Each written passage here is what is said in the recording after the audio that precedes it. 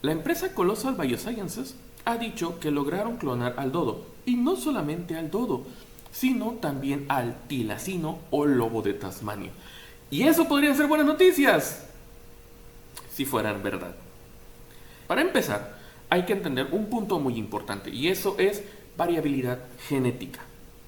Nosotros, como seres humanos, y prácticamente todos los seres vivos que han pisado la Tierra, tenemos un cierto nivel de variabilidad. Es la razón por la cual yo mido 1,80 m, peso 106 kilos, y otra persona de mi misma edad, de mi mismo pueblo, de mi misma familia, puede medir 1,70 m y pesar 86 kilos.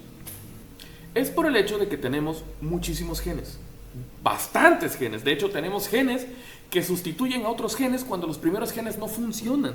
Es decir, es un proceso bastante complicado que durante millones de años se ha ido refinando para permitirnos tener características particulares como individuos que a su vez se puedan heredar y seguir adaptando y modificando por varios elementos, entre ellos la selección, y pues dar pie a lo que vendría siendo la salud de una especie. Esta empresa tiene la mala costumbre de buscar revivir a animales extintos, particularmente animales extintos que sean conocidos o llamativos. A finales del año pasado, por ejemplo, ellos habían dicho que habían resucitado al lobo terrible.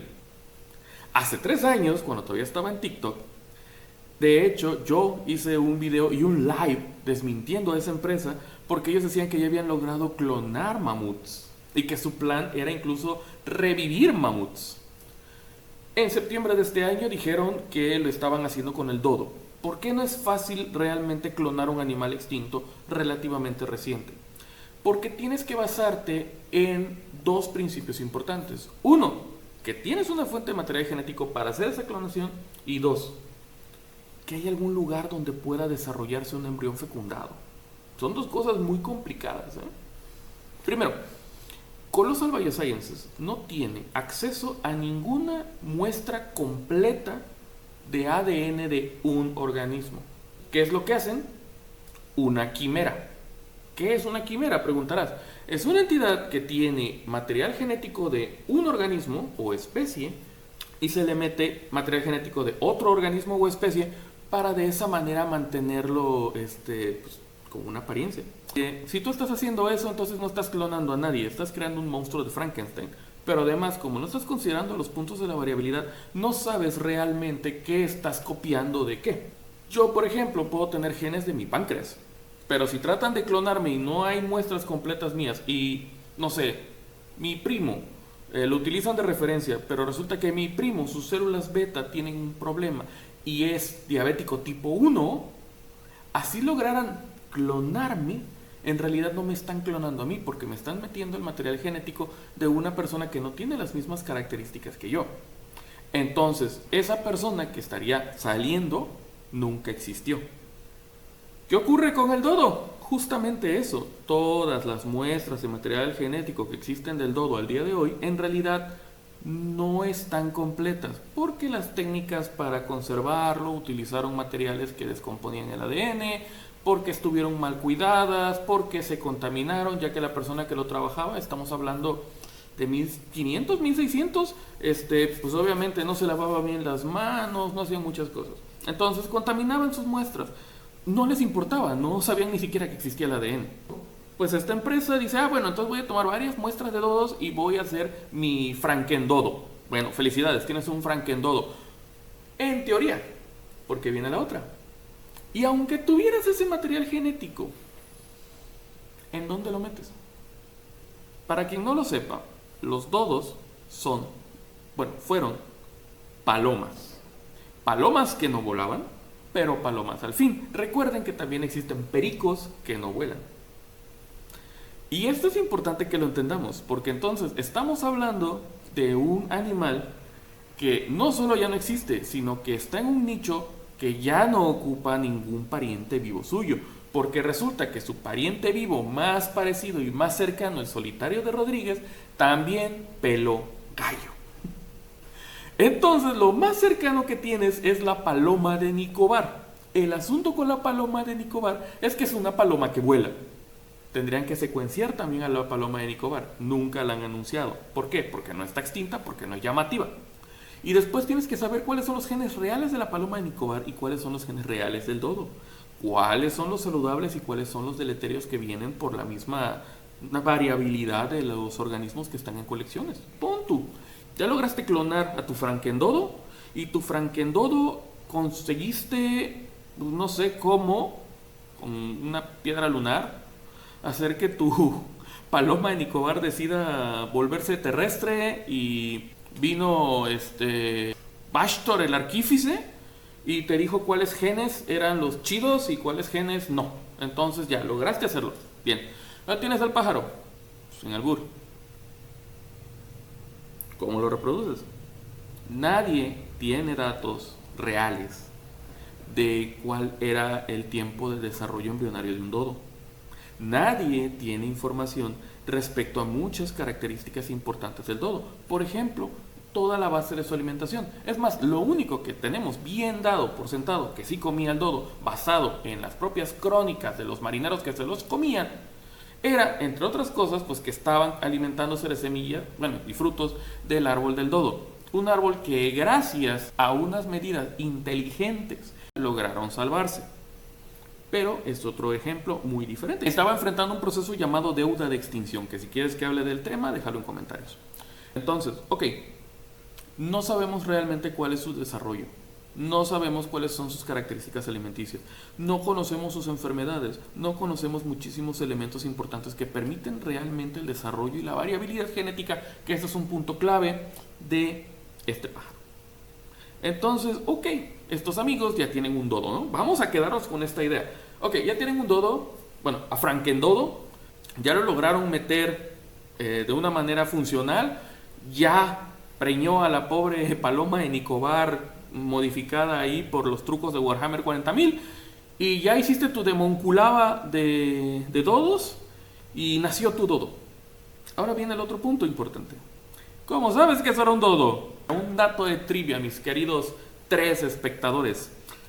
Nadie sabe cómo es un dodo. Tenemos más información de cómo era Jesús que de cómo era el dodo.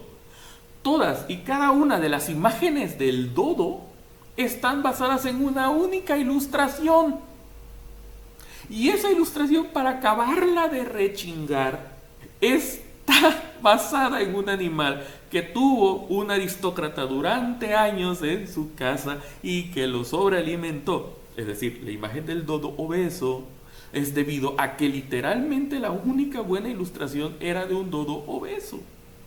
E incluso las pocas ilustraciones y cuadros que no están basados directamente en ese dodo tienen esos mismos elementos. Esa es una. 2. Hay gente que se puso a dibujar dodos sin saber realmente cómo eran, así que tomaban de referencia estos cuadros medievales o lo que les decían.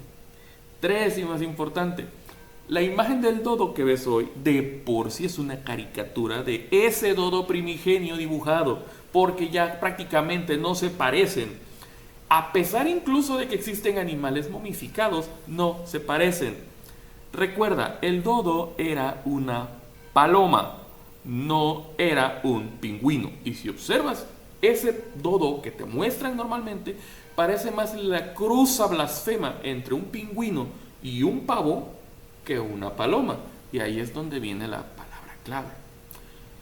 ¿Que la variación en forma se da? Sí. O sea, eso también lo puedes ver, por ejemplo, con el Hyrax de las rocas, que es el pariente más grande del elefante. Y mientras que el elefante es un elefante, el Hyrax parece un hámster. Pero incluso allí tú puedes ver las características típicas de los dos animales siendo presentes. Y como te decía, la paloma de Nicobar se parece al dodo, pero si observas bien, la paloma de Nicobar es un animal esbelto.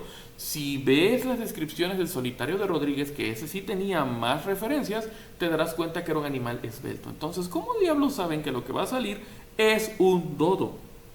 No tienen cómo saberlo. La isla de Mauricio. Su ambiente cambió. Han habido huracanes, han habido enfermedades, la presencia del ser humano, la presencia de gatos, ratas, mosquitos, plasmodium, etc. Entonces, el ambiente en el que ellos vivían ya no existe. Es como si tú quisieras volver a tu casa de la infancia 30 años después descubres que es un supermercado ahora y crees que vas a poder rehacer tu vida adentro de ese supermercado como si todavía fueras un niño. Eso no va a pasar. El ambiente cambió por completo. Y te voy a decir otra cosa muy curiosa de Colossal Biosciences. Esa gente, sus fundadores y sus principales coordinadores, tienen de científicos lo que yo tengo de arquitecto. Nada. Realmente es un grupo de sociólogos, 2 o 3 por ahí, científicos que realmente están nada más firmando. Y no hay un equipo dedicado. Se parece más al laboratorio de la inmortalidad de Dallas Review con dinero que a un verdadero centro de investigación. Y sabes otra cosa curiosa sobre estos amigos que poca gente menciona, es que ellos escogen animales extintos y carismáticos. Lo que ellos hacen con cada una de estas especies revividas se llaman rondas de inversión. Cada vez que está a punto de acabarse el dinero los amigos de Colossal, ellos hacen un anuncio en el cual hablan de un animal muy llamativo, muy particular y extinto que revivieron. Van a hacer una ronda de inversión, van a recibir miles de millones para mantener su investigación funcionando. Tú dirás, pero yo nunca los he visto pedir dinero. ¿Por qué no te lo piden a ti? No me lo van a pedir a mí. No se lo piden a nadie de nosotros. Ellos, cuando te están diciendo eso, es que ya tienen a un conjunto de inversionistas de capital de riesgo que tienen demasiado dinero, no saben qué hacer con él y dicen, voy a invertirlo en esta cosa. O que cayeron en el canto de la sirena y acabaron pues pagando esa mamarrachada. Eso aplica para el dodo. Todavía está peor para el tilacino, porque resulta que sus parientes más cercanos o son muy pequeños o están también extintos. Aparte de que viene el otro gran problema con el tilacino y no es nada más su conservación. Está extinto. Y si llegas a ser cierto que no lo está, ¿para qué haces un frankentilacino?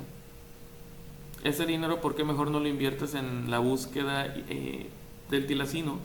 O, mejor aún, en la conservación de los marsupiales australianos que todavía existen allá, como los koalas que están en peligro crítico. Simple, porque eso no da rondas de inversión. Entonces, mi gente, yo sé que estoy llegando tarde a esto, pero pues son mis primeros videos en YouTube. Y espero que les haya gustado. Entonces no olviden seguirme, dejar su like, manita arriba y vean los shorts porque voy a empezar a subir historias de fantasmas. Recuerden que esto es ciencia y cosas macabras. A veces la realidad da más miedo que la ficción.